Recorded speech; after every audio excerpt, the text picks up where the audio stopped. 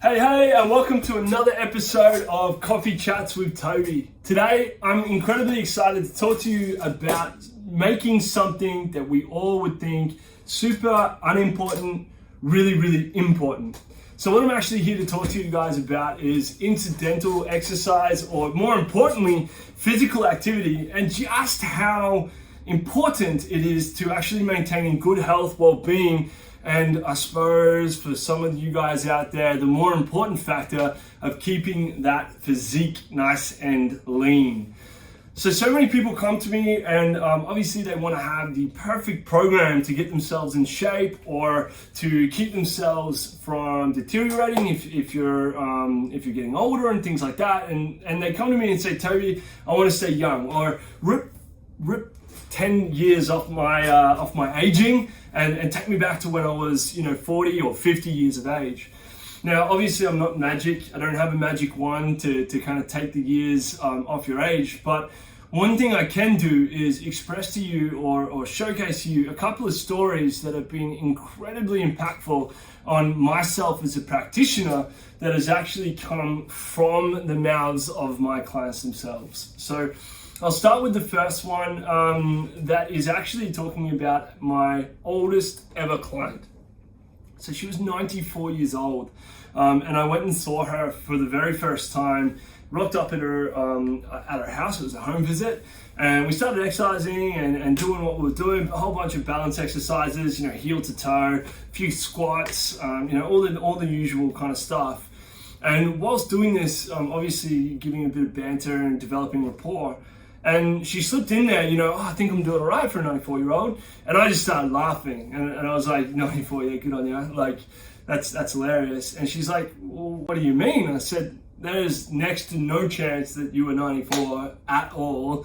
You would be maybe pushing 70. And she's like, no, literally I'm 94.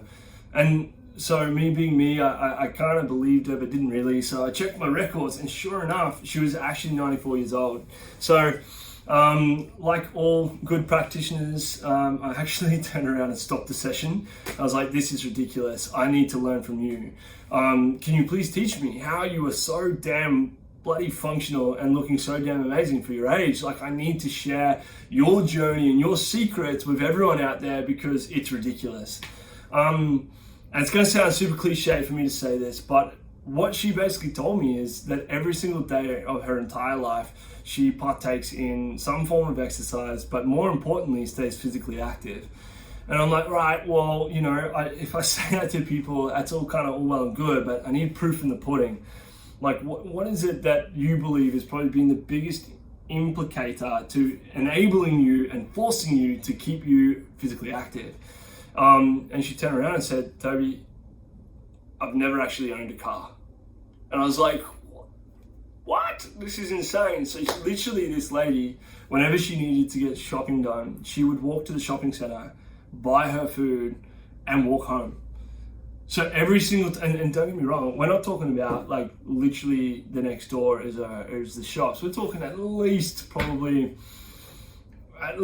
meters. I mean, it's still close, right? We're not talking marathon there and a marathon home. She's 94 years old. But the fact of the matter is that it showcased to me that honestly, the 30 minutes of exercise that I was doing was probably more important to her to give her the social aspect of me being there and taking her through some movements than actually keeping her physically active. And that the walking to and fro the groceries, the staying out in the garden and tending to a garden, and all of those things that weren't structured were actually keeping her alive, and keeping her empowered to living on her own. By the way, she lived on her own, like completely on her own, up in Tamarind Mountain, living the dream. It was, honestly, I get chills even thinking about it. It's incredible. Another story I want to talk to you about is a client of mine whom I was seeing, who was an incredible client. She'd come into our sessions and she was insane. Intensity was always at a 10. No matter what I did, she was like, cool, and I was like, take a break. She's like, no, I don't need a break. Just give me some other exercise. Let's superset this up. And she would smash it out, but we'd only really have time for about 45 minutes. And then after that, she would go about her life, which was a high executive role in a business, in which it required her to do a lot of brain power, a lot of thinking, a lot of management, a lot of delegation, a lot of those kind of concepts. And the unfortunate thing was we would keep coming back and retesting, and despite how much I told her that the physical activity component of life is so damn important, and let's face it, we're in a session doing a program, whether it's with me or without me, for 30 minutes to 45 minutes, maybe an hour, right? But you're alive and awake for 16 hours a day. So that 1 hour is really kind of almost insignificant when it comes to the rest of the way that you live your life. And sure enough, I'd say this all the time, but it wasn't really getting kind of followed. And I suppose it's definitely the delivery and communication from my part. But to me, I think this is a really kind of important thing to think about, because it's such a common thread that we see in society. So much importance is put onto an exercise program, and nowhere near enough is put on physical activity and actually staying active.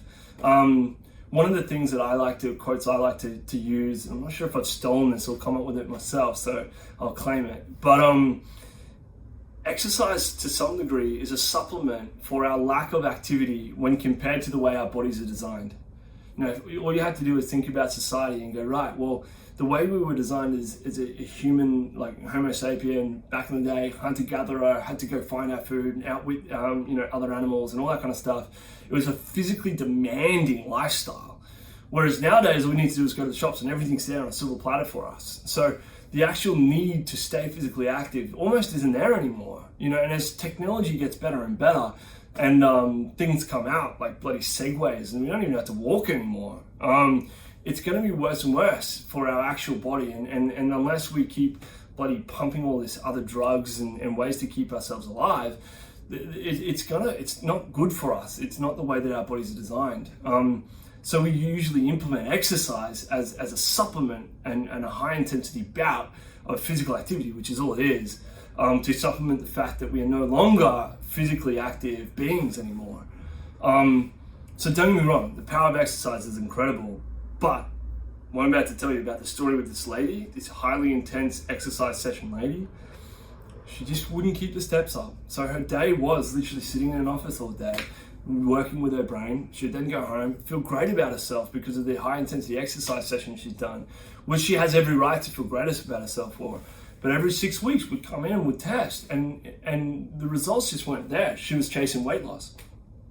So after 2 6-week sessions, you know, we kind of had the conversation, and she was like, Toby, like, this isn't working. I said, honestly, I'm actually gonna have to cancel our sessions. Like, I pride myself on results. I'm not getting any results, but you know, I really strongly feel that I have the answer to this. And I got her to go away and do a step count. Finally, she was like, I said to her, I'm only letting you go if you can promise me that you're going to keep your physical activity up. And the only way that I can know that I can give you a metric to work off, well, not only way, but the easiest way is steps. So she went away, she did a step count. She came back, she let me know under 1,000 steps a day she was doing. Under 1,000 steps a day. Now, I know that sounds really drastic, and it is, don't get me wrong, but you would be so damn surprised how many people are under 5,000 or even under 3,000 steps a day out there in society, because literally their lifestyle doesn't need it. They don't need to walk, they don't have to walk, or even still, they actually prevent you from being physically active, like it is with this lady I'm talking about.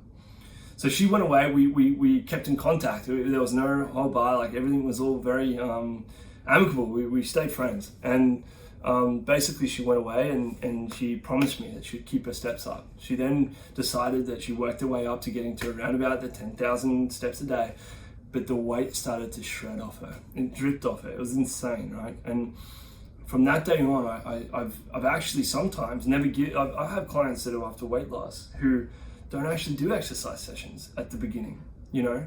And it's because they hate exercise. They don't want to go to the gym, you know? I don't want to exercise at home. I'm like, right, well, for your goals and what you're wanting to achieve, steps is enough for now. Fair enough, they always come back and want more.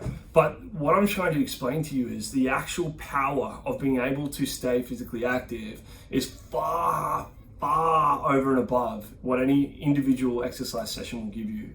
So if you're wanting to stay healthy, if you're wanting to stay fit, and actually even wanting to have a shredded body, the first thing you need to do is ensure that your physical activity is up and then worry about the exercise. What I like to say is physical activity is what takes the weight off. Exercise is what puts the weight on, in a good way, obviously, in the way of muscle. Anyway, I hope that's been incredibly insightful for you all today. I really appreciate you guys coming in and listening to me. Obviously, no one of you likes talking to themselves, and it's a bit weird, obviously, talking to a camera instead of people in front of me, but I'm incredibly grateful for your attention. I hope this helps, and you have a wonderful weekend, and until next time, my friends, stay safe, and I will see you again soon.